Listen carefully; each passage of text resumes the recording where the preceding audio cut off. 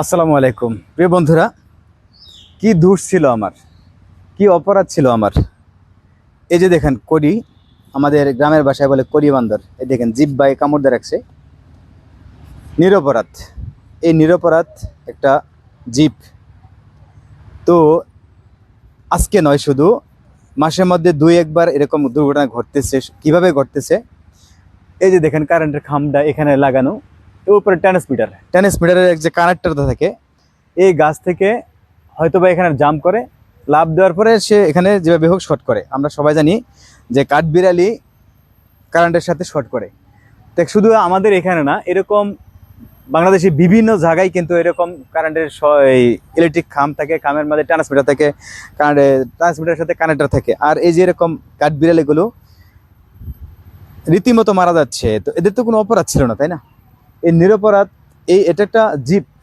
জীব হত্যা হতে পাপ, আমরা নিজে করতেছি না, কিন্তু এই যে আমরা আমাদের সামান্যতম একদম সতর্কতার কারণে, সতর্কতাহীনতার কারণে আমাদের এই যে এরকম জানোয়ারগুলো মৃত্যুর কোলে ঢলে পড়ছে।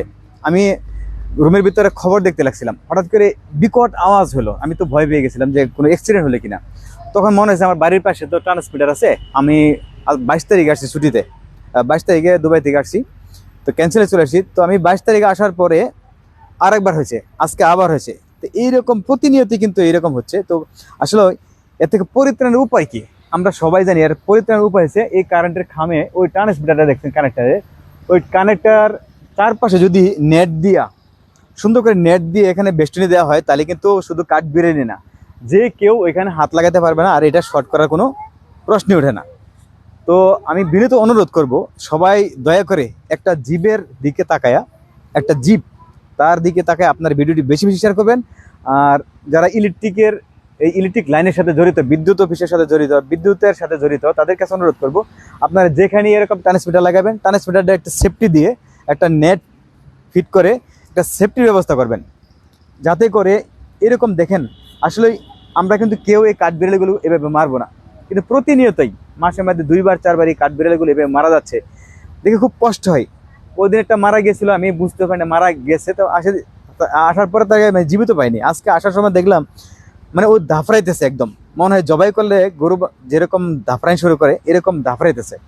এতটা কষ্ট লাগছিল, চোখের সামনে মৃত্যুবরণ করছে, আমরা তার জন্য কিছুই করতে পারি নাই। আমরা তো মানুষ, আমরাও জীব।